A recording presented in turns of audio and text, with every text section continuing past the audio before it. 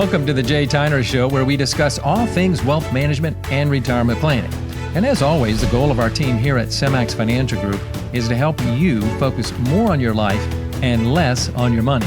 Now, as a reminder, check with your current advisor, planner, CPA, and read our disclosure in the video description below. Subscribe to this channel if you want to stay up to date on all of our new content.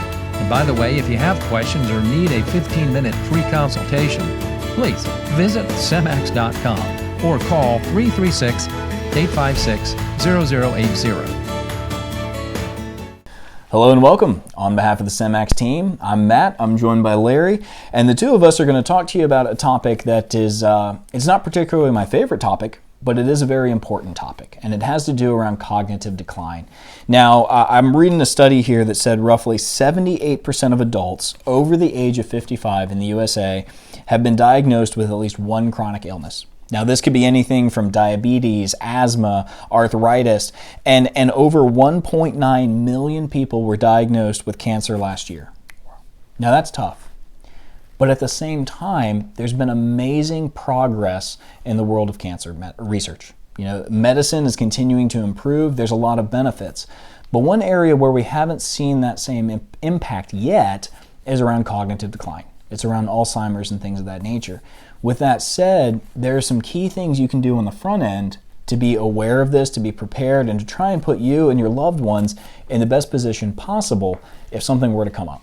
Now, I think the place to start is really around legal, making sure you have your documents in order. And Larry, I know you've got some thoughts around those. There's a couple key documents you should have. So I'm going to turn it over to you and let you take it away. Sure. Thanks, Matt. Personally, I've been affected by this with my own family, so I have a personal knowledge of a lot of the things that you need to have.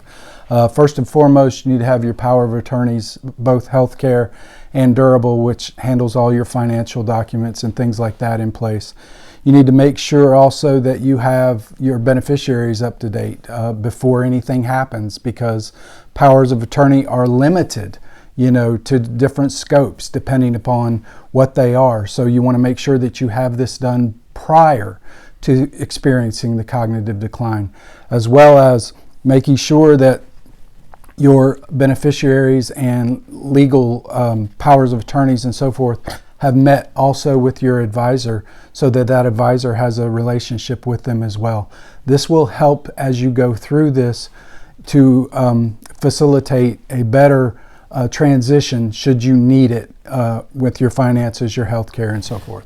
I would agree with that. I think you touched on something really key around the beneficiary piece. You may have a trust, and you said, you know what, I haven't gotten around to fully funding that trust, but I've got my legal, I've got my will, I've got my trust made, I've got my healthcare power of attorney, I've got my durable power of attorney. If something happens, they'll handle it. Well, if you have that power of attorney stepping in, they can't go in and change all of your beneficiaries. I think that's key to be aware of. So legal is an area, and beneficiaries is something that you need to have addressed on the front end. Sure. Along with that, meeting with your financial advisor is going to be key. You know, that's something where they have a lot of that understanding and backstory. I think it's good to have that relationship started before there's any kind of an issue or necessity rather than after. The next area I think is really oftentimes overlooked or underemphasized, and it has to do around long-term care. Unfortunately, long-term care is something that's not getting more affordable. It's only growing in cost. There's a number of ways we can address long-term care.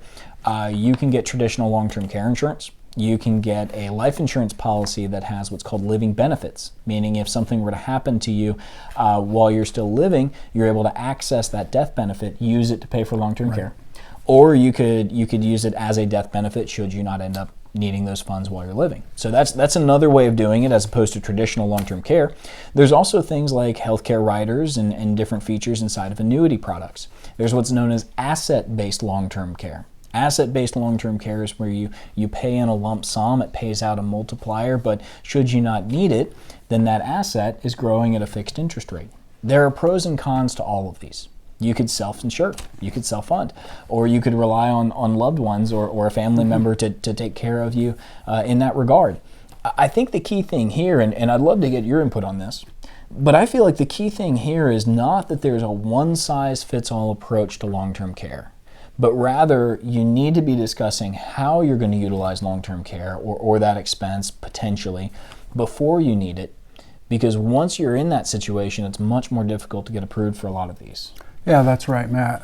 The reality of it is the earlier that you address this, the better off you're going to be, because if you wait too long, it might be priced out of your price range. Your options may be limited. So the earlier that you do it, the more options that you have, and the better off you're going to be, as well as your loved ones. And I think the other thing to keep in mind here is, I know, and I'm speaking personally, as someone who's been happily married for a number of years, if something were to happen to my wife, I would do everything I could to take care of Kristen. And I know she would do the same for me. I know your wife, she'd do the exact same thing for you. 100%. But if I'm not there, or if she's not there, who's going to take care of that surviving spouse? Right. Because in most cases, we don't pass away at the same time.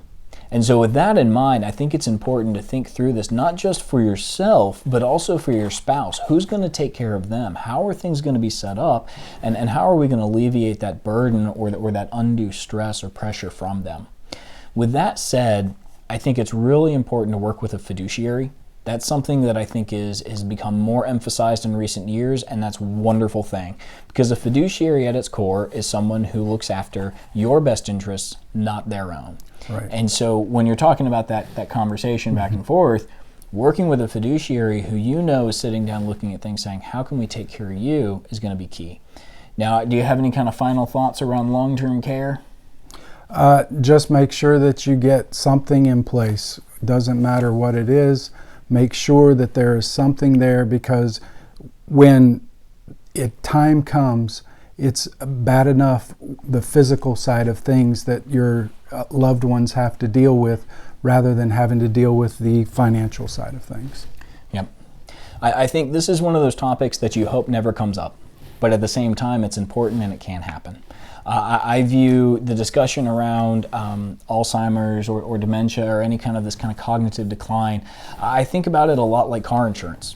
I have full coverage on my car. I sincerely hope I never use it. Right. It's the same thing. I think it's important to have that power of attorney set up who can assist you, to have that insurance component, that coverage should you need it, to have a strong relationship with your financial advisor who's looking after things with your best interest at heart, with the strong desire that you're always going to have your cognitive abilities, that you're always going to have that clarity of mind, be able to make wise decisions.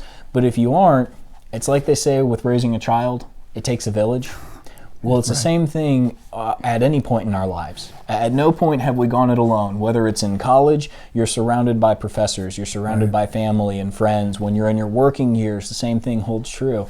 For many of us, moving into retirement it can become a little bit more isolating. And I think it's so important to make sure you're surrounded and have that support network that you need at that time. I hope this has been beneficial. If you have questions, if you have concerns, don't hesitate to reach out to the team. On behalf of Larry and myself and all of us here at Semmax, thank you for watching. We hope you have a wonderful day.